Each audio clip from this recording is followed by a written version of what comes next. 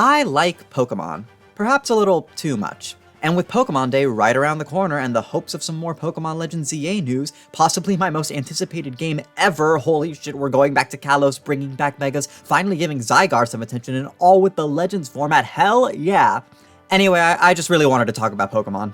And you know what crossed my mind? How for the majority of any Pokemon adventure, you're likely hanging out with the middle evolutions. Think about it. Most basic Pokemon evolve pretty early on, somewhere in the high teens or low 20s. Then somewhere in the 30s or higher, they'll finally reach their final form. That's like everything from the 2nd gym to the 6th, usually with many evil team shenanigans thrown in there. And yet these middle evolutions are the awkward teenagers of Pokemon, nowhere near as beloved as their predecessors or successors, despite being around for most of the adventure. So let's give them their due. I want to talk about every 3-stage evolutionary line in Pokemon and particularly judge how their middle evolutions are handled. Figured this would be a fun way to talk about a pretty wide variety of Pokemon across the entire series without discussing literally every single one. There are exactly 100 Pokemon lines we'll be discussing today.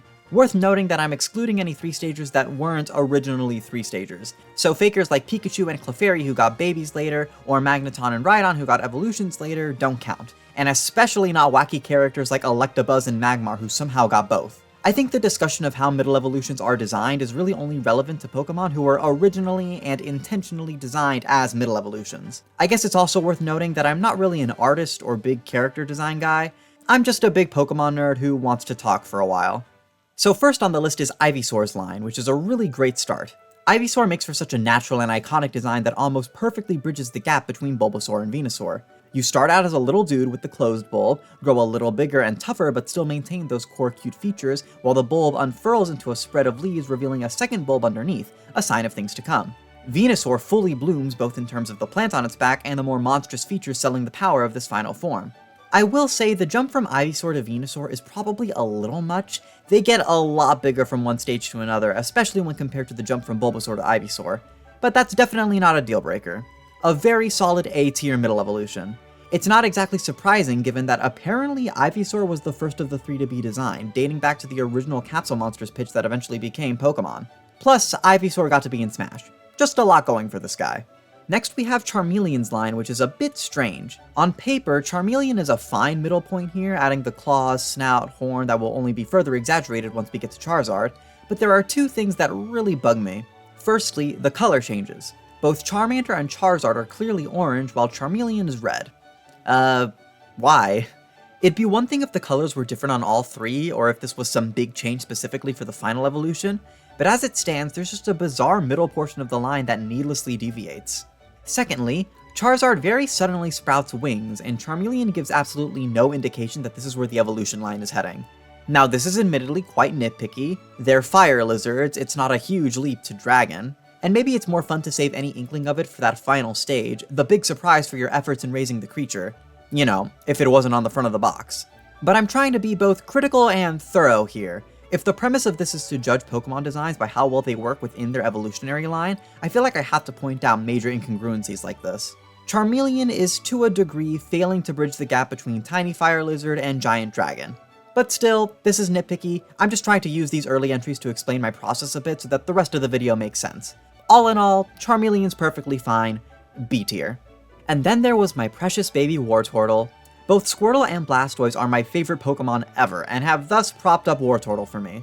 But in a fruitless effort to be even slightly objective, I'm trying to leave those feelings at the door because Wartortle is pretty rough. It has these seemingly feathered ears and wispy tail that are apparently meant to evoke a Japanese Minogame. That's neat and all, but nothing about this is referenced anywhere else in the line. We start out with a pretty simplistic looking turtle, get this cool mythical creature influence, and then immediately drop it completely in favor of surprise cannons. The line would honestly make more sense if Wartortle wasn't there. I feel like 2-stage Pokemon lines carry an easier suspension of disbelief. The Pokemon just starts out as one thing, and then becomes another. If it's a big leap, it is what it is. The 3-stage lines carry with them a clearer sense of progression, and thus invite a bit more scrutiny.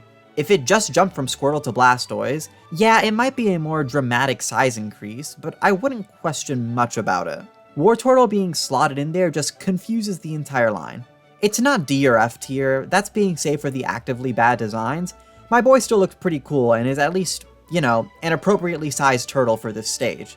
but it will be an unfortunate C tier for a Pokemon I really like. I hope this gives you a sense of my goal when judging these middle evolutions. Even if I like the design in isolation, we are trying to judge these as middle evolutions and thus in the context of the entire line. Okay, the Kanto starters got the brunt of my explanations and tedium, hopefully we could pick up the pace from here. Now we gotta talk about cocoons. An unfortunate side effect of talking exclusively about middle evolutions is that we get a lot of these guys. In concept, the cocoon Pokemon are fine. Pokemon evolution is meant to be a metamorphosis of sorts, and the poster child for metamorphosis is the caterpillar becoming a cocoon and then a butterfly. It makes sense to represent that in Pokemon in the exact way Metapod and Kakuna's lines have done. But let's be real, cocoons make for really lame monsters. Why would I ever want to use any of these? Hell, most of them are specifically designed to do nothing but take hits. So, to make our lives easier, we will have a tier between D and F specifically for all the cocoons. I will rank Kakuna above Metapod because Kakuna does a better job maintaining some color consistency across the line. Plus, its first sprite gave it pincers that look at least a little threatening and foreshadow Beedrills well. Next is Pidgeotto. Thankfully, the generic birds aren't going to be nearly as pervasive as the bugs, and they generally give us more to talk about. I don't really have much to say about Pidgeotto though, I think it's a pretty uninspired design. I constantly have trouble telling it apart from Pidgeot. I know the head and tail feathers are different, and Pidgeot is a bit bigger, but it's such a small overall difference. Nothing is more disappointing to me than evolving a Pokemon and feeling like nothing actually changed. The design's not actively terrible, so I'll put Pidgeotto in D tier. Alright, onto Nidorina and Nidorino, Pokemon's first major gender variants. I really like the way these two lines complement each other. Even ignoring the obvious color difference, the way the entire Nidorino line is designed with more aggressive and sharper elements really sells the distinction between it and Nidorina's line. Nidorino gets a lot of emphasis on its spikes and horn, while Nidorina goes bipedal early with more of an emphasis on its fisticuffs and armored body. It's just a really cool way to showcase how subtle design elements can change the feel of two Pokemon lines that are very similar. Plus, the existence of both lines lets the other get away with some bigger leaps, like Nidoking suddenly becoming bipedal and Nidoqueen growing a horn. Just two really solid lines I have no real complaints about. I'm not quite feeling S tier for them, but they can go right below Ivysaur and A tier. I'll put Nidorino above Nidorina because, I don't know, I like purple. Next is Gloom, our first instance of this awkward split evolution situation. For the same reason that I'm ignoring Pikachu and the like, we'll only be considering how Gloom fits as a pre-evolution of Vileplume. That was the original design intention, and that's what I'm sticking to. Gloom's evolution line is a sad story. It starts out as this happy little oddish plant, becomes disgusting and diseased thanks to this parasitic plant that is actively wilting the once green leaves, and then finally seems to accept its fate as the parasite fully blossoms. So while Oddish and Vileplume seem pretty content, Gloom is the unfortunate victim of this line's concept. All that said, that concept is executed pretty flawlessly. You don't even really need to know the exact plant this is based on to get the general vibe of what's happening to this poor creature. So I guess it just comes down to whether or not I like that concept for a Pokemon. Yeah, sure, it's fun. It's a creepy kind of fun, but it's fun. But it's hard to rank Gloom too highly when its design makes you feel bad for using it. We've got an Ugly Claws here apparently, and that'll put it at a high B tier, I guess. Poliwhirl's up next, definitely a personal favorite of mine. He's just such a fun little lad. Poliwag starting off as a tadpole and then evolving to grow proper arms and legs and be able to walk on land is perfect. The problem is what comes after. Poliwrath is just not that different. It's nowhere near as egregious as Pidgeotto and Pidgeot. I have no issues telling these two apart. It's more just kinda basic. You took Poliwhirl, made his limbs longer and buffer, and made him angry. The addition of the fighting type is really the only thing selling this design as a significant upgrade. That said, I'm still pretty fond of the line, mainly because Poliwhirl's design is just so solid that reusing it for Poliwrath kinda makes sense. Y'all nailed it, why mess with perfection? I suppose ideally, Poliwhirl would have evolved into a more complete-looking frog to fully sell the growth from a tadpole.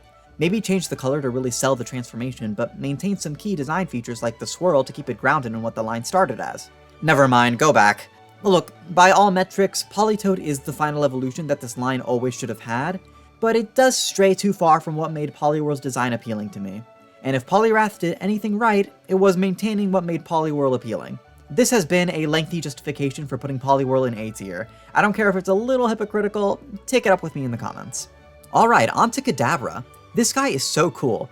This whole line feels like a strange mishmash of ideas all based on the prompt, design the most psychic type to ever psychic. The progression of these Pokemon is almost certainly purposely comedic.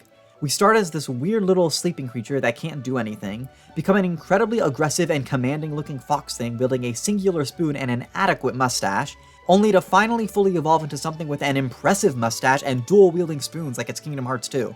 Not to mention that their names are Abracadabra and Alakazam. Since most people probably never figured out trait evolutions, Kadabra is arguably more iconic than Alakazam, and frankly, that is well deserved. In general, I'm fond of this line, but Kadabra's stealing the show with that magnificently bushy tail. S tier, fight me. Machoke is a weird one. I'd say this is our proper foray into the humanoid Pokemon, which has been quite the point of contention for Pokemon fans. I've never really been bothered by it, but it's hard not to look at Machoke and not just see a buff guy with a case of lizard face. As a middle evolution between Machop and Machamp, it works perfectly fine, but I do find the whole line to be sorta bland. They are just fighter guys. Machamp's got the extra arms for some added pizzazz, but Machoke has none of that. On the grounds of being boring and having gross human toes, you get C tier. Seriously, why does only Machoke have human toes? Oh dear god, Weepinbell. I know we talked about Gloom not that long ago, but Weepinbell really looks like it's longing for death. I don't love that upon evolution we lose Bellsprout's proper body and limbs in favor of the Bell plant with 2 stubby leaves as arms. It feels like a downgrade. An ugly downgrade. It makes more sense once you get to Victory Bell and see how monstrous this kind of plant can look, but Weepinbell has already done the damage. I don't necessarily mind the middle evolutions looking awkward or even a little unfinished. They're the teenagers of Pokemon, that's almost the point. Except it's totally not. Middle evolutions are perfectly capable of being really cool while still acting as the teenager phase for their line effectively. Check out all the A tiers. I think you can pull off the awkward look well. Weepinbell does not do that. It's just ugly. F tier.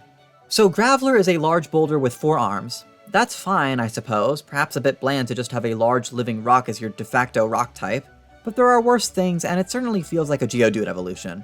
I don't know how the hell Golem came out of this. When I was a kid, I thought Onix was somehow Geodude's final evolution, and honestly, I think it makes a little more sense than Golem. Why do we suddenly have actual skin for the limbs and head? Why is the rocky body completely different? Where did the extra arms go? They really looked at Graveler, saw a round rock guy, and ignored every other aspect of its design. I almost feel bad putting this in the same tier as Weepinbell because I'm not as inherently offended by Graveler's design, but the way this whole line feels so disconnected, coupled with the already boring premise of a boulder with a face, sends Graveler down to F tier. Alright, after 2 stinkers in a row, we get an easy S tier with Haunter. The evolution progression here is simple and effective. Start out completely gaseous, and then progressively solidify by adding body parts as you go. Couple that with Haunter just being a stellar design on its own despite the simplicity, and we have a winner. Probably not a coincidence that Kadabra and Haunter both made S tier, if you remember the Sabrina episodes of the anime. And that leaves us with our final Kanto middle evolution. As expected, we're ending with the pseudo-legendary, in this case Dragonair. This is a neat concept, a sea serpent that upon evolution becomes the true Dragonite echoing the Imugi myth. Obviously, under ordinary circumstances, I'd judge the sudden and seemingly random change from Dragonair to Dragonite much more harshly, but the origins here do save it at least a little bit. If that was the only issue, maybe I'd be more inclined to let it slide. But I also think Dragonair doesn't really distinguish itself from Dratini enough. Aside from the obvious size difference, this is another that at a glance I've had trouble telling apart. Dragonair gets a couple fun adornments, but it's not really enough for me. So we're left with a Pokemon that feels far too similar to its pre-evolution and far too dissimilar from its evolution. If not for the interesting origin story, I'd feel sorta obligated to put this in F tier. But with the mythos in mind, I'd certainly rank this above Pidgeotto. And that's Kanto. I've never really formed a strong opinion on Kanto's Pokemon designs overall. Some are obviously iconic, others are pretty generic, and altogether it's made for a pretty widespread across the tier list, which feels right. They're definitely not perfect, but they got popular for a reason. Going into Johto, I have a much stronger sense of how I feel. To me, Johto is an unfinished region. So many Pokemon introduced in these games feel underdesigned and had to get evolutions in future games to bring them up to snuff. Relatedly, there aren't very many 3-stage evolutionary lines to talk about here. There are only 6 total, half of which are the starters. But hey, if my qualms are with the Glygars, Yanmas, and Piloswines of the world that didn't get finished until later, let's see if the Pokemon Johto actually got done on time can save it. We're starting off strong here with Bayleaf, almost certainly the most beloved member of its line. Grass types have a pretty easy time showcasing clear progression points. I guess the stages of plant growth are just convenient for that. And Bayleaf's line takes full advantage. Chikorita starts off with buds on the neck and the leaf on its head. Bayleaf grows those buds out into curled leaves while the head leaf becomes sharper and more defined, finally culminating in Meganium's bloomed flower and antenna. I've realized that the S tier has become reserved for great middle evolutions that one can argue are more iconic than the rest of their line, and I think Bailey fits that description perfectly. Next is Quilava. We'll just be ignoring the Hisuian form here. I think this line's progression is a little strange. Cyndaquil starts with one flame on its back, Quilava gets a second on its head, but Typhlosion only inherits the head flame. Really, it moves down to its neck. So yeah, that's weird. The two flames on Quilava also feel really disjointed and strange. There's not a strong flow to the design the way Cyndaquil and Typhlosion feel natural. Whatever, it's not terrible, but I'm comfortable slotting it next to Wartortle. That leaves Croconaw to round out this starter trio. This one's pretty solid. Totodile is such a cute little guy, and Croconaw maintains that through its soft and rounded design while still clearly growing bigger and meaner, perfectly transitioning into Feraligatr. Not really much else to say, it's really good. A tier. Next we have Flaffy. This line's interesting for having the primary color change with each stage going from blue to pink to yellow. The whole premise here is that the Pokemon loses its wool as its electricity grows more powerful. It creates this idea that the wool was hiding the larger creature, and as it sheds, more is revealed. I like that, and Flaffy makes for a charming and memorable middle member of the pack. Another A tier. Johto isn't doing half bad.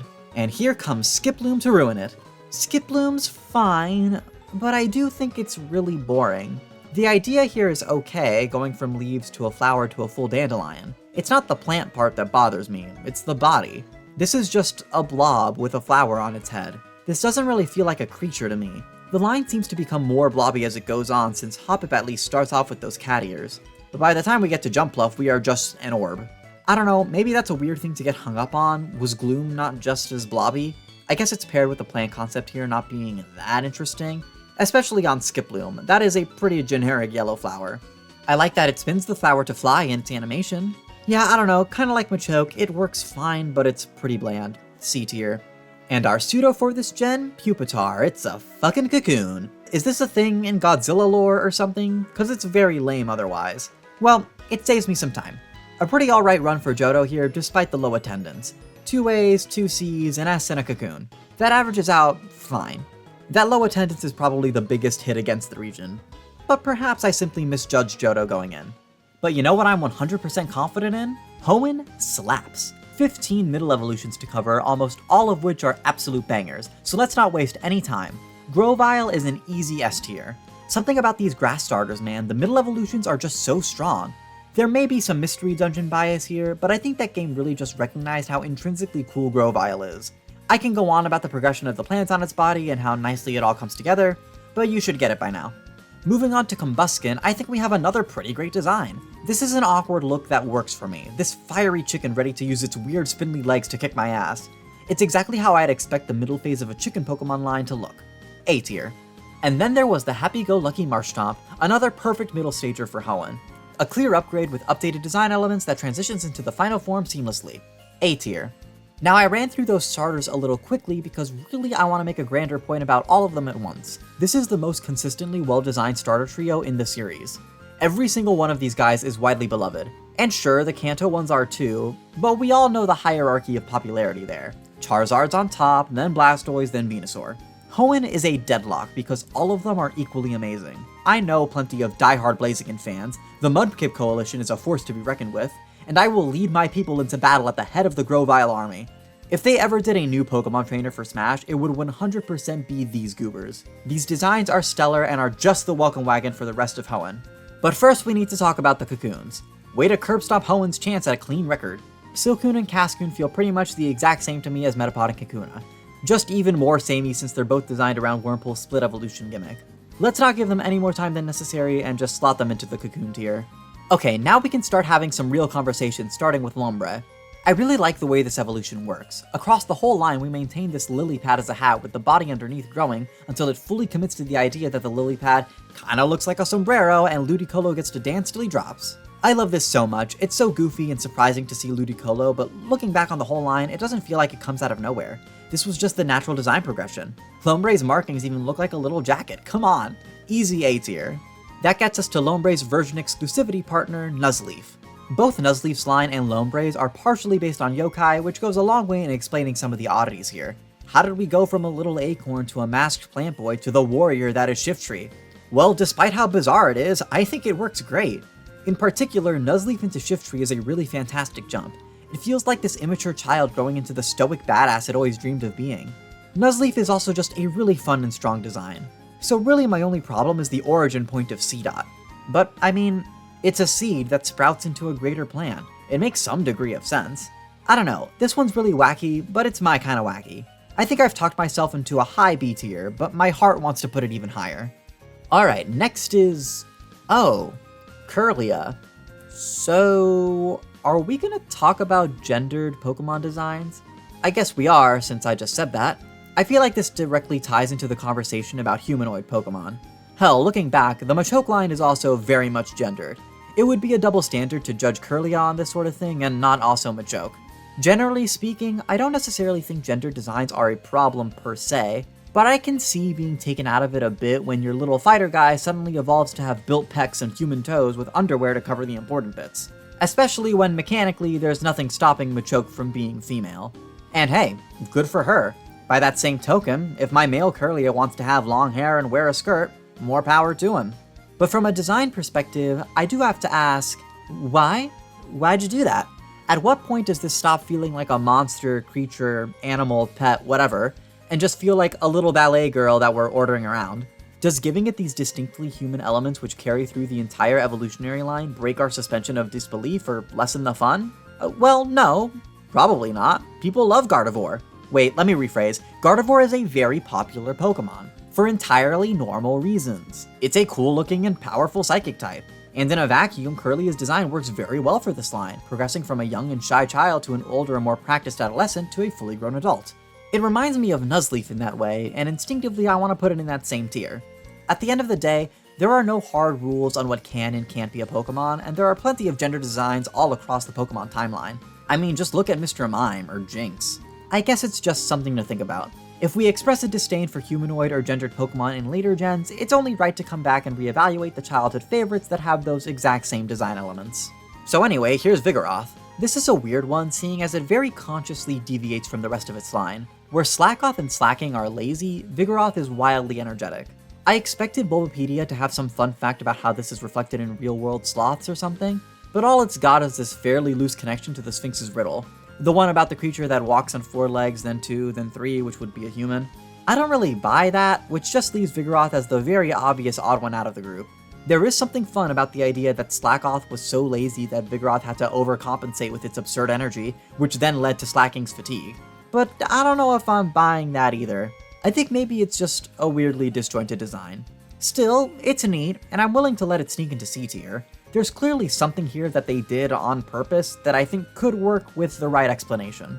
Oh yeah, Hoenn introduced 2 normal type 3 stagers. Loudred is a funny looking guy, and I'm a big fan of the shy and whispery Whismur becoming loud and obnoxious in its teen years before just exploding with rage as an adult. It's a fun and well realized theme for this evolutionary line. But Loudred might suffer from the ugly claws and end up in the same area as Gloom. Great idea, great execution, but your face is a nightmare. Now we get to Lairon, and I absolutely love this whole line. Lairon especially is such a cool progression point here. It's like a little Stegosaurus that looks like it'll do a ton of damage despite its size. Aeron being so small here actually makes the growth of this line feel a lot more natural. Like the added bulk between Aeron and Lairon feels equal to the bulk added between Lairon and Aggron. Most of these lines have had a bigger jump between the 2nd and 3rd stages, so it's a welcome change for things to feel a little more equidistant. Definitely a high A tier for Lairon. So if not for the knowledge of their inspiration being an antlion, the jump from Trapinch to Vibrava would feel a lot more sudden. But I will absolutely take a Pokemon based on a bug that doesn't stop down for a Cocoon stage. I think Vibrava acting as a less mature Flygon is perfect and lets these bugs work more like any other iconic 3-stage evolution. I think I would even go so far as to let them into A tier for breaking away from that obnoxious pattern, as well as just being really solid Pokemon. Here comes yet another Pokemon I love, it's Celio. This guy is perfectly designed, retaining the rotundness of Spheal while developing the bigger flippers and mustache that will go on to define the powerhouse that is Walrein. Not much else to say, y'all nailed it. A tier. That leaves us with not 1, but 2 pseudos to talk about. First up is Shelgon, and okay, this isn't quite a Cocoon, but it's very close. I don't know what compelled them to go this route for Salamence, they just really like putting their kaijus in cocoons. But at least this one's got legs and looks like it can actually put up a fight even if it mostly consists of headbutting. I think that at least bumps it up to D tier. It doesn't feel right putting something with appendages with the other cocoons. That said, pretty disappointing middle evolution for what is otherwise a really awesome line. But thankfully, we have Metang to close us out. There are other Pokemon that just add more of that same Pokemon together to evolve, namely Dugtrio and Magneton, but the Metang line does it so well. Yes, Metang is just two Beldums fused together, but that's the key word, fused. They aren't just lazily stuck together, the base creature is reoriented to better make use of the newly acquired body to the point where at a glance, you probably don't even realize that it's two Beldums. And that perfectly progresses when the monstrous Metagross's two Metangs fused together to create this absolute beast. The whole line really does spit in the face of things like Dugtrio and Magneton by making such better use of the concept. It's an incredibly high A tier for me. Again, saving S tier for the middle evolutions that really outdo the rest of the line. Metang is great, but it ain't beating Metagross. And that's all of Hoenn. Not as clean of a sweep as I would have liked, but a vast majority in A and B tier is a massive compliment. If only we weren't saddled with so many cocoons. That leads us into Sinnoh, which is tied with Johto for the fewest new 3-stage evolutionary lines. It was way too busy giving us new evolutions and legendaries. Well, for what it's worth, I quite like what few wholly original Sinnoh designs there are, so let's check them out. First is Grotto, which I think works very well. As the halfway point between Tiny Little Grass Turtle and Mythical World Tortoise, Grotto having these big twin bushes on its back works pretty well. What will soon be a full ecosystem is bursting out of its seams. I also like how its shell grows to cover its head. It's already making room for what's to come. Another solid A tier. Next is Monferno, which definitely borrows a bit much from other fire starters between Combusken's typing and Charmeleon's fiery tail. But despite that, I do feel like this design makes it its own. It helps to know that the fire will soon be erupting out of its head instead. I like that the white fur that will cover Infernape's chest is already growing out of Monferno's neck. Not as inspired as some past designs, but definitely worthy of a high B tier. And that brings us to Prinplup. Definitely the most awkward of the three designs, feels like this penguin is trying its best to be proper and regal, but just doesn't quite have the credentials yet. But you know, it's an older penguin slowly but surely reaching adulthood. B tier. I've always felt that while the Sinnoh starters weren't remarkable the way the Hoenn ones were, they held a very similar quality consistency. There's not a real dud here, just three very solidly designed lines, even if they don't reach the same heights as Hoenn and Kanto. Oh hey, the normal birds are back! I have much more fondness for Staravia than I do Pidgeotto, and its line feels much more distinctive, but it's hard to give it too much credit. These are still fairly normal birds with not much going on. I like the way the curled feather on the head evolves into the sharp red crest of Staraptor, but this isn't gonna get past C tier. Now Luxio, that might get somewhere. There's nothing terribly remarkable about this line, it's an electric lynx that goes from cub to adult fairly naturally. But you just gotta admit that it looks damn cool. The black, blue, and yellow just go together very nicely, and I love how the mane grows with each stage, a really strong set of designs. Strong enough for A tier? Yeah, sure, why not? And that already brings us to our pseudo Gabite. The whole land char concept is already a banger, and letting it grow through the whole line instead of stopping down for a pupa is really nice. I do have a quarrel though. Gabite looks way too similar to Garchomp for me.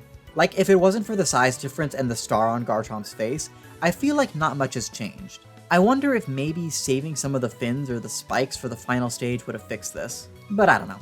Gible feels so drastically different from both of them, maybe it's just whiplash from how much of a jump Gabite is. But if I'm not crazy here, I do feel like that's a big enough problem to drop Gabite down to B tier. That's still really good, and marks Sinnoh as a comfortably B tier set. That brings us to Unova, a region I respect a lot more than I like. The whole soft reboot thing with over 150 brand new Pokemon is an interesting idea, but I find a lot of Unova's designs end up feeling like cheap copies of older Pokemon.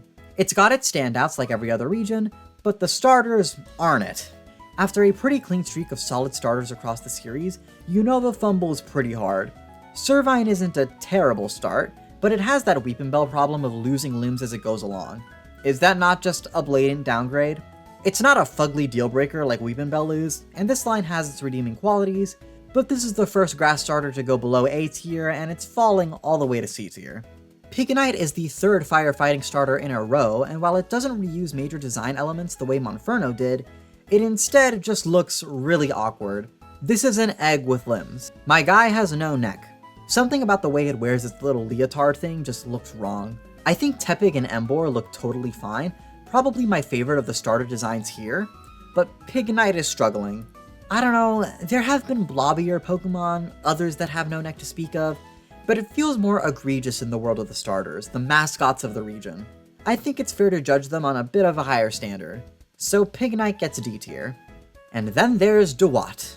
I actively dislike this thing. It's got such a weirdly disproportionate design with a heavier and baggier bottom half, but a skinny torso and little round head on top. How was Servine the least awkward looking of these three? But Dewat's real crime is that it looks nothing like the Pokemon it's meant to become.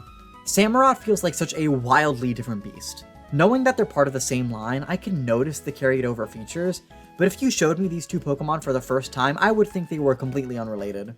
Either that, or maybe Dewat was the first stage and there's an intermediary between it and Samurott to explain the drastic changes. As it stands, I think Dewat fails at pretty much every important level, which feels like a cut and dry F tier. Yeah, this is my least favorite set of starters in the series, and it's not really close. Okay, I get to stop being mean now, cause I actually like Herdier. We haven't gotten much in the way of a standard normal dog Pokemon up to this point, and this line progresses quite nicely. We got the puppy, the more mature adult, and the big floofy majesty of the old dog. It's easy to see normal types as pretty boring. I've been harsh on the normal birds thus far, but Herdier's line feels well designed and interesting despite its normalcy. I'm fine putting this in A tier. Speaking of those birds, Tranquil does absolutely nothing for me. This is pretty much as basic as these birds get. It's going between Pidgeotto and Staravia. Since this is our third bird, I feel like leaning towards D tier. Here we get our first copycat in Boldore, a pretty obvious echo of Graveler's line. In this case, I feel like Unova improved on an underwhelming Kanto concept. This is just a living rock monster, but it feels much more craggy and built out of stone in a way that makes it interesting. While Roggenrola to Boldore feels like a bit of a jump, Boldore into Gigalith is a seamless and satisfying transformation as Boldore's crystals spring out into their full glory. A tier. Massive improvement on Graveler. Girder is definitely not an improvement on its Kanto counterpart. It's the 3-stage muscly fighter guy with a trait evolution, except this time they're carrying stuff to show just how strong they are. I guess the progression from wood to a girder to concrete is kinda cute, but it doesn't stop this line from being ugly as sin. Why are the bulging veins a prominent design element? That's friggin' gross. Also, the big clown nose and weird hourglass figure? No, just no. Girder is going to D tier. Palpitoad is out here challenging my boy Poliwhirl, so we're immediately ops. But in fairness, even though it's the same tadpole to frog pipeline, these guys do distinguish themselves from the Polys pretty well. I like the bulging black and blue warts as a consistent feature across the whole line.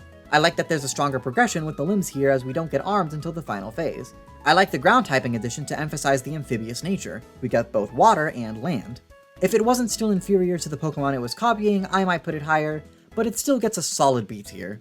Here comes the cocoon, but Swadloon is definitely my favorite cocoon so far. The little guy is wrapping itself up in its leaves, so it theoretically has appendages to attack with. We just don't see them. That's something.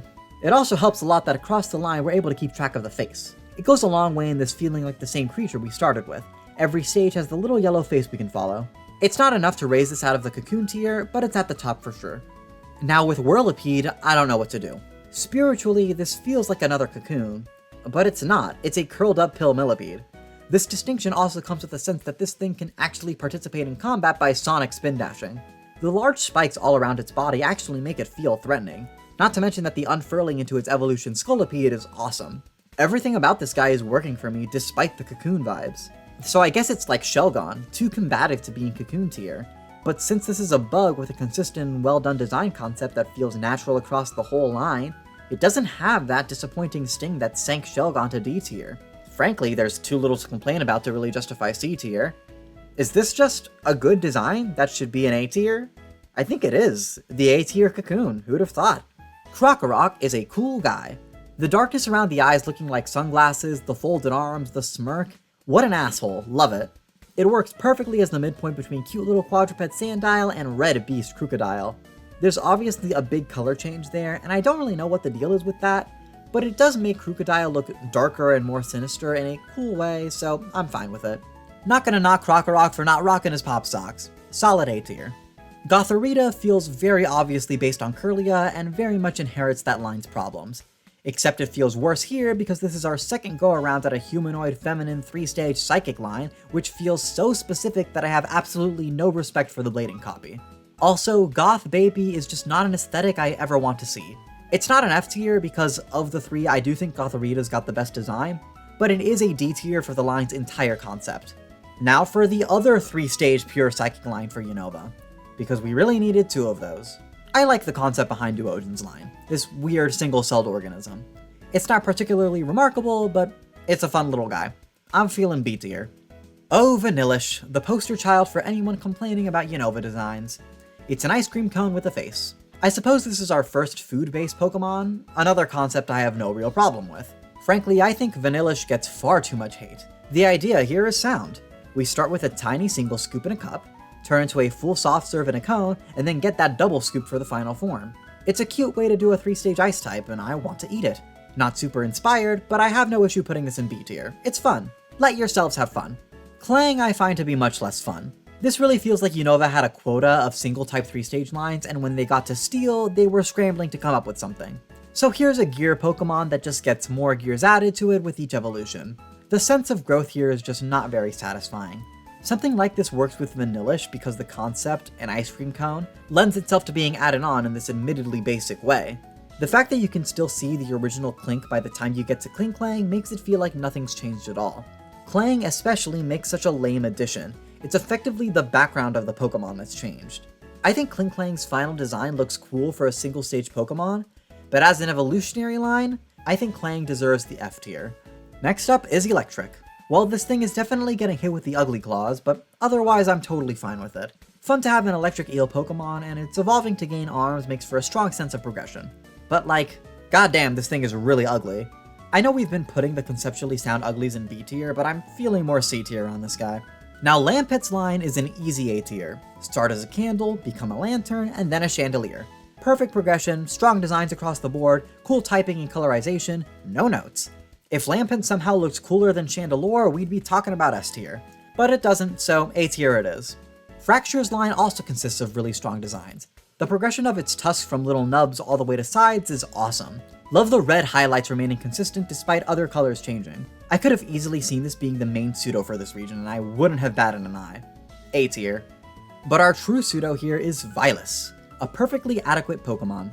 Obviously the main concept here works, adding heads till we get a full Hydra, but I've got two issues. Firstly, the jump to Hydreigon deletes Vylus's legs, which I think is really lame. Hydreigon is stuck with these pathetic little wisps that don't look like they can support it at all. A small downgrade in what is otherwise a big upgrade. But that's my second issue. Hydreigon feels like too big of an upgrade from Xylus. Really, Xylus doesn't come off as much bigger than Dino at all. If it wasn't for the extra head, I think this could be a pretty big deal breaker. But taken all together, it's still a strong line with a couple odd little hiccups. Still a perfectly serviceable B tier. And that's the biggest region for this video done. It was really just as much of a mixed bag as Kanto was, just without any really strong S tiers. Perhaps I've treated Unova too harshly in the past. But now I get to talk about Kalos, my beloved. Despite having the smallest number of brand new Pokemon in the series, Kalos manages to beat out Johto and Sinnoh as far as 3-stage evolutionary lines are concerned. Guess all those babies and evolutions really did inflate Johto and Sinnoh's numbers. Kalos to me is very much quality over quantity. We've got 8 lines to talk about here, starting with Quilladin. Oh, how the grass starters have fallen. I feel like Quilladin is sort of infamous in the Pokemon fandom, which I don't think is entirely fair. In isolation, I think the design is serviceable. The problem is, much like Dewott, this design does not mesh at all with the final evolution. We've been through this song and dance with Dewott, so let's just dump Quilladin next to it. Now with Braixen, we're getting somewhere. I feel like Delphox gets a lot of negative attention, but you can't deny that Braixen acts as the perfect bridge between the tiny fox and the fire mage. We're getting big teenage witch energy here, and it's pretty much perfect. Hell, Braixen was so iconic that it made it into Pokken Tournament as the only playable middle evolution in that game. Well, if you don't count Pikachu, which I didn't for this video.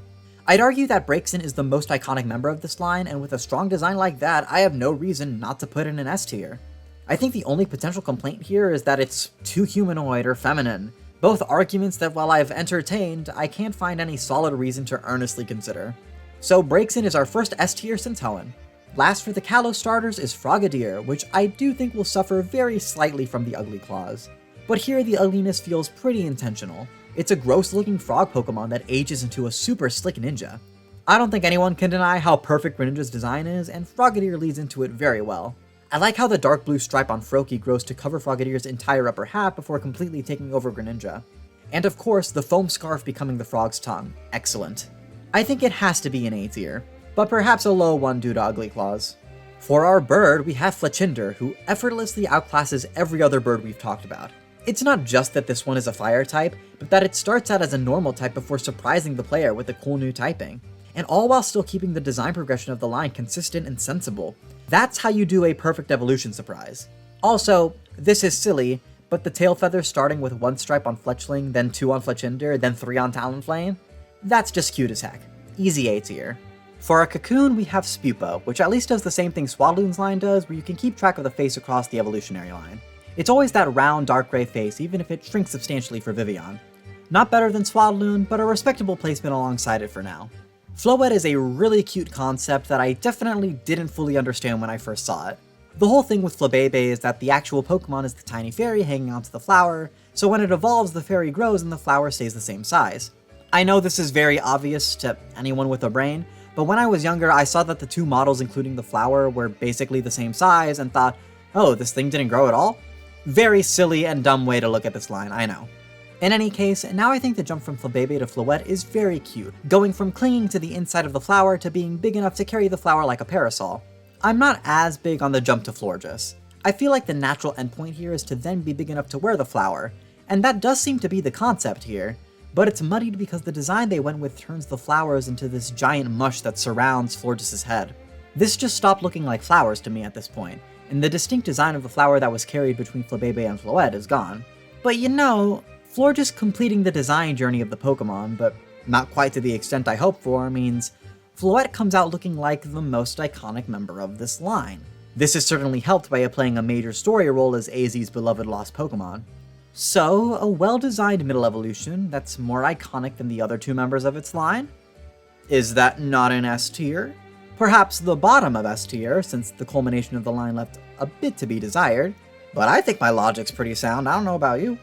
Now comes Doublade, which I think is the most disappointing member of its line. This is one where I think the line just makes more sense if you delete the middle evolution. The Enchanted Sword Hoenn evolves to wield a shield as Aegislash. Straightforward and understandable. Doublade being in the middle there and adding a second sentient sword that Aegislash deletes just muddies the whole thing. It's not the worst design in the world, it at least explains why Aegislash gets 2 arms when Hoenn only had 1, but it's pretty lame. D tier. Lastly for Kalos, we have our pseudo Sliggoo. Oh, well thanks Bulbapedia for forcing me to address this now, but we'll be talking about its regional forms separately a little later. For now, the classic Kalosian Sliggoo is pretty good. It's a little odd that this slug Pokemon, which stays as a slug by the end of the line, just has a makeshift goo shell for its middle stage, but I suppose a cheeky reference to its close relationship with snails is totally fine. Nothing super remarkable about this one, so I'm happy sticking it in B tier. Well, I don't know how Kalos managed 2 S tiers with such a small pool of Pokemon, but I won't be getting too snooty about how well one of my favorite regions did. So now we get to what I'd consider the modern era of Pokemon, starting with Alola and continuing through Galar, Hisui, and Paldea. Perhaps it's strange for me to draw the line here instead of before Kalos like most people would, or perhaps after Alola to mark the jump to HD consoles. But in my head, Kalos is for the most part mechanically identical to any Pokemon game that preceded it, with the only drastic change being entirely visual. The whole game is still built on a grid, wild encounters are the same as ever, HMs are still a thing, the storyline follows the HM structure to a T, etc. Alola marks the big breakaway for me, with the abolishment of the grid, HMs, and gyms temporarily, though no future game truly went back to the exact story structure we once knew. I bring this up because I don't really know my specific feelings towards Pokemon designs in this modern era. I can delineate between Kanto, Johto, Hoenn, Sinnoh, Unova, and Kalos easily, but with Alola, Galar, and Paldea, I have this much more homogeneous, sweeping opinion that they're all pretty serviceable. So I'm looking forward to finding out if that changes when we look at each line here with more scrutiny. First up is Dartrix, which is definitely the awkward teenager of its line, wedged between 2 of Alola's best designs. It's totally fine though, carries the same demeanor and certain major elements like the bow tie. It really just suffers in comparison to Rowlet and Decidueye. I'm feeling B tier. Torracat is quite a bit more upsetting. We once again get a middle evolution that doesn't really reflect anything about what the final evolution looks like. Here I can understand complaining about a humanoid design just for it not being built up properly. The time between getting a Fennekin and evolving it into Braixen is pretty short, so getting hit with the more humanoid design isn't this major shock to the system. And obviously, designs that were bipedal from the start and end up humanoid are totally natural. But to have 2 stages of a quadruped cat end with this bipedal wrestler spoof is a much harder pill to swallow, in the same way that the bipedal Dewott becoming the quadruped Samurott was. I do like the concept behind Incineroar, I think the design is fun, and maybe Smash has something to do with that, but there's no doubt that Torracat is a mismatch for it, and I think is the cause of all these humanoid Pokemon design complaints. If it's how the line always was, like with Kirlia, or was at least established relatively early like with Braixen, there's no issue. It's not humanoid Pokemon that are the problem, but the bait and switch that is. Players were raising a bestial Fire Cat and suddenly got stuck with the buff wrestler.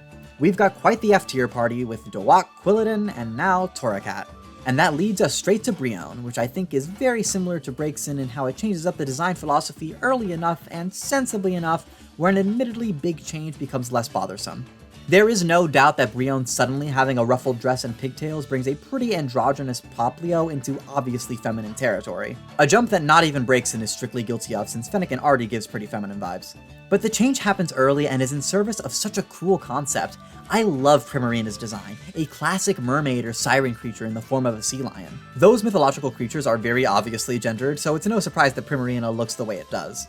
So many Pokemon are based on mythological creatures that getting this specific one represented is genuinely very cool to me. In a perfect world, I would have liked Poplio's design to be a little more feminine so the jump to Brionne wouldn't be as jarring, but I do really like the designs of these Pokemon. There's no way I'm ranking this below Dartrix, so it's for sure getting D tier. Another region, another bird. After the surprise success of Fletchinder, Trumbeak is especially disappointing. I think a toucan Pokemon is a fun idea, but it doesn't change how boring the entire line is. It can go above Tranquil at least, but still D tier. Another region, another Cocoon. Charjabug is at least going for something here. It's a little battery. Certainly the cutest concept for a Cocoon we've seen, but the lack of strong connected design to the rest of its line makes me still partial to the likes of Swaloon and Spupa. Okay, Alola, just a lot of gendered Pokemon, huh? Well, you've certainly carved out an identity for yourself, I suppose. Steenie is very much like Brionne, a feminine evolution to an androgynous Pokemon. Except here I'm not a huge fan of the design concept the way I was with Brionne. These Pokemon are always female in-game, and the Bulbapedia entry on Serena's origin makes reference to a dominatrix in BDSM, which is so funny. They even have a little age warning so the youngins don't get scarred. Anyway, it seems to reference that no male version of this particular plant, the mangosteen, has ever been found. So I guess they saw that fact and decided to have fun with gendering the design. Maybe a little too much fun. So what, I gave Brionne B tier? Steenie can get C tier, not nearly as cool of a concept. Now we finally get to our first regional form of the video, Graveler. There are a small handful of regional forms I decided to include here, with Graveler being the most cut and dry one. Graveler was a middle evolution originally, and has been revamped as a middle evolution again. I think they did just enough here to make the transition between Graveler and Golem less jarring. It's still not great, but the colors of the rock body are more consistent, and the new elements of the yellow crystals and black sand progress nicely across the whole line. We still get the sudden appearance of Golem's skin, and now a new sudden design element with Golem's electric cannon, but I think this Redux does just enough to go up from F tier into D tier. What an accomplishment. With that, we've made it to our pseudo Hakamoa. This is definitely one of those awkward looking middle evolutions, but I quite like it. The growing scales on its body are forming a bit strangely and haphazardly on poor Hakamoa, but they will really come into their own once we get to Komoa. A little scrappy and unkempt, but still powerful and visually consistent. Alola's finally got a solid A tier. But we're not stopping at the pseudo this time because Alola gave us our first and only legendary middle evolution, Cosmoem. This is also our first middle evolution to be initially designed with a split evolution in mind, so there are 4 Pokemon to talk about here. Solgaleo and Lunala are such distinct Pokemon that designing a common pre-evolution for them both must have been quite the challenge. Cosmoem does alright. Obviously the starry and spacey elements originating from Cosmog are emphasized here. The main idea with Cosmoem seems to be an incredibly densely contained star or black hole, something brimming with so much potential that it will soon explode. I think that's about as solid of a concept you could have landed on for something that needs to become either the embodiment of the sun or the moon. But it is a little boring in that way. It's almost giving Cocoon energy. Plus, just looking at the designs at face value, Cosmoem shares a lot more visual DNA with Lunala than it does with Solgaleo. Look, I'm not putting this in Cocoon tier, it's far too high concept to deserve that, but there is a disappointment with the route they took here, and I think forces this thing into a low C tier. I would love to see more legendaries that try this sort of thing out though. So that's Alola, which is now going to live in my brain forever as the gendered region. Whether that's affectionate or derogatory depends on the specific Pokemon. On to Galar with Thwackey. I think this guy looks pretty good if a little simplistic. I like that Grookey's single branch becomes 2 proper drumsticks here.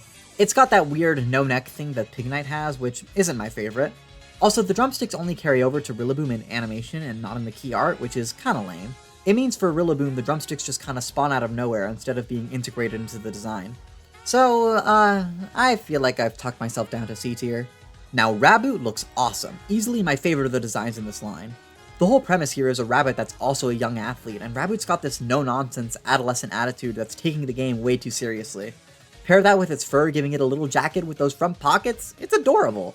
I don't know if Raboot is really more popular than Cinderace or Scorbunny on a larger scale than my own personal opinion, but I'm confident enough in this little guy to put it in S tier.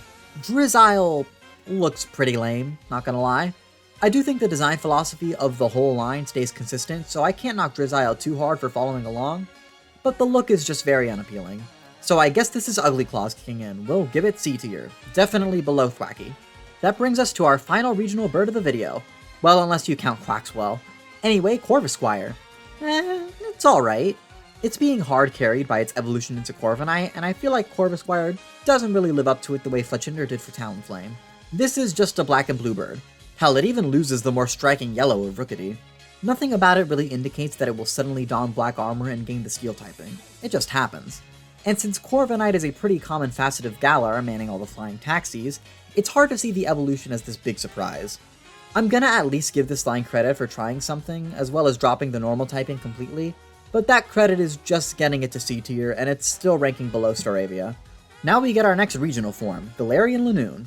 This is definitely a weird edge case with the parameters I said at the start. Obviously, Lanoon's Hoenn design was never meant to be a middle evolution, but this redesign for Galar was made intentionally as one. It's definitely a gray area, but choosing to include a couple of weird regional forms gets my list to exactly 100 Pokemon, so I figured it was worth it. Plus, I think this design is a lot of fun, really leaning into the Kiss inspirations, which probably work better on Zigzagoon than they do on Lanoon. Obstagoon obviously works well having been designed from the ground up for this concept, but Lanoon's fur pattern and smaller face just don't exaggerate the different elements as well as they could. I still think it's very fun at C tier. That brings us to our final Cocoon of the video. Yeah, Paldea didn't really bother with some of the staples, at least in terms of 3-stagers. In any case, Dottler is probably my favorite Cocoon of the bunch. Both it and Charjabug are putting this extra effort into the Cocoon concept through an extra typing, but Dottler's Psychic type just lends itself a little better to the Cocoon concept, and also keeps a better sense of progression across the line. At the very least, I think Dottler into Orbeetle feels incredibly natural, this disco ball of a Cocoon becoming a UFO ladybug. It's so absurd, but it works. And yeah, how could you make a Cocoon with no appendages a threat? Give it psychic powers. Let it use its mind to deal damage. It's the one thing it has access to. None of this is saving Dottler from Cocoon tier, but it does put it at the very top. Carkol is another design that is so dumb you gotta love it. It's a little minecart filled with fiery coal. Its wheels are little coal chunks. That's adorable. I'm honestly a little disappointed that Colossal isn't on wheels, but it does make for a cooler monster to just go full kaiju. It maintains Carkol's giant coal pile, so I'm happy either way. Really dumb but really fun line. A tier. Next up is Hatchrim, which is a sickeningly cute Pokemon. It's another all-female Pokemon, which pairs with our next entry, Morgrim, an all-male Pokemon. One line is witches, the other is goblins. That's a fun little dynamic. On its own, I think Hatchrim is a pretty great design, with the long hair from Hatena already starting to fully support its weight, hinting at the hair takeover that is Hatterene. It's a great concept executed well. A tier. But Morgrim is iconic. Where Impidimp is a mischievous little brat and Grimmsnarl is this ugly monster, Morgrim is this devilishly slick trickster. I get like Rumpelstiltskin vibes from it. It's such a great design. Plus the long hair and green bottom half are perfectly building up to Grimmsnarl, while Impidimp's impish influences are still in full force. I feel Morgrim is easily the most iconic of this trio, and I have no qualms with putting it in S tier. On to the regional form I regret including the most, it's Galarian Mr. Mime. This made it in on a really silly technicality. Mr. Mime was introduced in Kanto as a standalone Pokemon. It got a baby in Sinnoh, Mime Jr. Now in Galar, it got a newly designed regional form with a new evolution, technically making Galarian Mr. Mime a middle evolution consciously designed as such. Except no, it wasn't. The designers completely forgot Mime Jr. existed when they were making this thing. There is no visual synergy between Galarian Mr. Mime and its supposed pre-evolution. They are two completely different Pokemon that are only still related because they just forgot to give Mime Jr. a Galarian form. And if there was any point where I would harshly judge a humanoid design, it would be here. In the same way that I don't like the idea of a goth baby, a Mime baby terrifies me. Mr. Mime on its own is already unsettling, and the Galarian design does not do much to fix that. I don't hate Mr. Rhyme, I think it's kind of fun as a Charlie Chaplin reference, but I refuse to put this thing anywhere but F tier. It might be my least favorite thing in this whole video. Now to finish off Galar with its pseudo, Dracloak. This guy's fine. I like that Dracloak and Dragapult use Dreepy as ammunition. I like the big wispy ghost tail. I think Dracloak maybe looks too similar to Dragapult, but not egregiously so. This feels like a perfect middle-of-the-road B tier. So that was Galar. Honestly, overall did better than I thought. A lot of C tier, sure, but also 2 S tiers. That is nothing to sneeze at. Though I suppose we're not done with Gen 8. We need to make a quick pit stop at Hisui to cover the last regional form of the video, Hisui and Sliggoo. The promised shell is here at last. A logical design progression for these guys. It's a cute little idea, make the alternate form of the slug a full-on snail. The designs still look good, Gumi remaining the same doesn't really cause any problems, the shell adding the steel typing is cute. Yeah, it's going in basically the same exact spot as Kalos and Sliggoo. But I have more things to say about this one, so why not rank it above? What's the harm? Alright, home stretch baby, it's just Paldea left. Let's jump right into Floragato. Or Floragato, if I want to be snooty again. Same mentality here as with Braixen. Going from quadruped to biped for the middle evolution is fine by me. It helps that both Floragato and Masquerada have really great designs that blend into each other nicely. I miss the solid A tier grass starter. Crocalor is a big old doof with a sombrero, and I love it for that. The cutest thing here is of course the egg on Crocalor hatching into the Firebird on Skeledirge. That's perfect. I also love how while Fuecoco was standing up straight, Crocalor's already starting to bend down to properly transition into the quadruped Skeledirge. It also helps that they're crocodiles, and that's how we expect crocodiles to look. Another solid A tier here. That leaves Quaxwell as our final starter, and this one's giving big Dartrix energy. Nowhere near as adorable as Quaxly or flamboyantly iconic as Quaquaval, just the awkwardly posh middle child doing its best. I'm fine slotting this right next to Dartrix in B tier. One of the more consistent starter sets all things considered. I think it's even got a better score than Sinnoh's trio. Let's keep it rolling, on to Paldea's biggest disappointment, Pomo. Nothing worse than feeling like nothing's changing between evolutions. Pawmi and Pawmot are way too close to the same size for this line to be justifiable in any way. Fun to make the Pikachu clone of this game a 3-stager, but it's a big F tier from me. Dolive is pretty unremarkable. It's the in-between for 2 much more clearly defined concepts. A living olive and a living olive tree. Dolive ends up just being this half-grown plant thing with olives poking out of it. Not bad by any means, but a pretty comfy C tier. Knacklestack is a Pokemon made out of blocks of salt. As the line progresses, there is more salt and more blocks. I really have no clue what to say to this one. It's conceptually sound and all, but I guess the lack of clear facial features makes it difficult to attach to. C tier, are we fine with that? Okay. Now I love Tinkaton. What a perfectly executed progression here. We start out as a little baby with a rattle, grow into adolescence and get a respectable cartoon hammer, and then while the creature itself doesn't grow too much to reach adulthood, the weapon grows astronomically into the most destructive thing you've ever seen. And the Pokemon wielding it is this tiny little thing. Just such a perfectly executed little idea. Also, it's charming how Tinkatink's little hair sprout becomes Tinkatuff's ponytail, and then Tinkatunk's longer hair that supports its weight. An extremely charming line. Very high A tier. And just like that, we're at Paldea's pseudo, Arctibax. These guys are just okay to me. Arctibax is probably the best looking member of the line, but that ain't saying much. Frigibax is just the ugliest little gremlin I've ever seen, and there's something really awkward about Baxcalibur's design. I think it's the tiny head and long neck. I also don't really see how any of Frigibax's design elements carry over to Arctibax. Also, Arctibax is so incredibly small compared to Baxcalibur, it's a huge jump there. Just an incredibly awkward line all the way through. D tier. Well, it'd be a shame for Paldea to go out on such a whimper, but maybe our final Pokemon from Kitakami can redeem it a little bit. Dipplin is a confusing inclusion to say the least. It's a new evolution for the Galar Pokemon Applin, which already had 2 other evolutions. But Dipplin also evolves, but not in the DLC it was introduced in. No, it was introduced in the Teal Mask, but can evolve in the Indigo Disc. But despite all that confusion, it was very obviously intentionally designed as a middle evolution, even if its pre-evolution and evolution weren't introduced at the same time. So Dipplin's a candy apple with a worm inside it, a natural progression from the basic apple that is Applin. Only Dipplin actually has 2 worms inside it. The designers are definitely having a bit of fun here, using the stick of the candy apple as foreshadowing for the long-necked Hydrapple that will eventually occupy that space. There's not much change in terms of size from one stage to the next, but the addition of more worms and the long stick gives a strong sense of progression nonetheless. That said, I'd still probably prefer if Dipplin looked more different from Applin. The jump to Hydrapple is super fun though, and I think it's heightened by the wait between DLC is really building it up.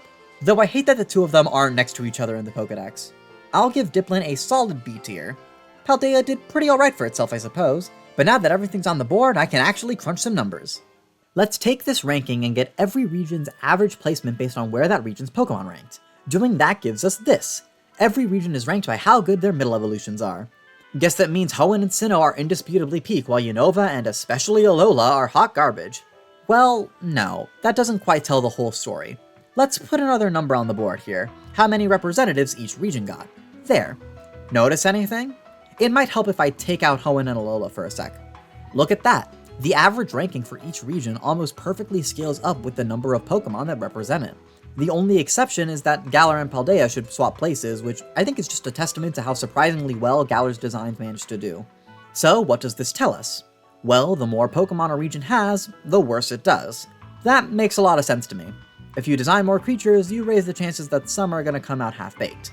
Or perhaps more accurately, the more reps a region has on the tier list, the more they naturally spread out all across it. That's right, I kinda think these numbers are flawed. My prevailing feeling after having gone through this whole process is that no region truly dramatically outshines another. They've all got their peaks and valleys. I mean, look, the average ranking for these 8 regions isn't that far apart from each other. It's all within 20 placements in a 100 placement list. I think what this really goes to show is that Pokemon is pretty damn consistent with its designs across the entire series. I'm sure smarter people than me can accurately describe any kind of gradual change in Pokemon's design philosophy over the years, and I'm sure Pokemon fans, including myself, are always going to have those preconceived notions of certain regions in their Pokemon designs, but after all is said and done, I think Pokemon's done a pretty good job designing creatures throughout the years. Though I guess if I'm going to go out on such a positive note, I should address the outliers ruining my optimistic thesis. Why did Hoenn, one of the most populous regions, rank first instead of following the data trend?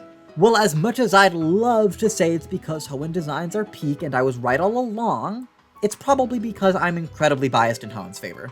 Put this exercise in front of a neutral party with no nostalgic attachment, and I'd expect Hoenn to fall in line somewhere between Galar and Kanto, maybe outperforming them a bit the way Galar beat out Paldea for me. But I'm not gonna stop believing Hoenn designs are peak Pokemon, you can't make me. As for Alola, dear god, I don't know how it ended up so much lower than everything else with only 9 Pokemon. I guess it was the only region to only have 1 A tier. I feel like Alola just got screwed over by the specific premise of ranking middle evolutions. I realize I've been using a middle evolution project to speak far more generally about a region's Pokemon, which is definitely a slightly flawed premise, but, you know, we're looking at a microcosm of these regions, I think it still works. Point being, I think Alola has plenty of solid designs putting it on par with everything else. It's just a rough lineup of middle evolution specifically. Thinking about how much I love Rowlet and Decidueye, but Dartrix is just kinda there. Still, it is a comedically lower ranking, 12 spots lower than the next lowest region, and everything else is all comfy cozy next to each other. Well, I did say I was hoping my feelings towards Alola, Galar, and Paldea would be more distinctive by the end of this. Real monkey's paw there. Not to mention, this is what I was calling the most gendered region. Guess there's nothing for it but to believe my flawed stats at all costs and admit that Alola's dogshit. Thanks for watching. If you're looking for more Pokemon stuff, I made a video defending Kalos last year right before they announced Legends ZA, so that's always a fun watch. I also did a live stream where I named every Pokemon from memory without any help like those cheating big YouTubers do. If you don't care about Pokemon and just like the sound of my voice, I do all sorts of other garbage that you can like, comment, and subscribe for. See y'all later when I have a Legends ZA trailer to react to.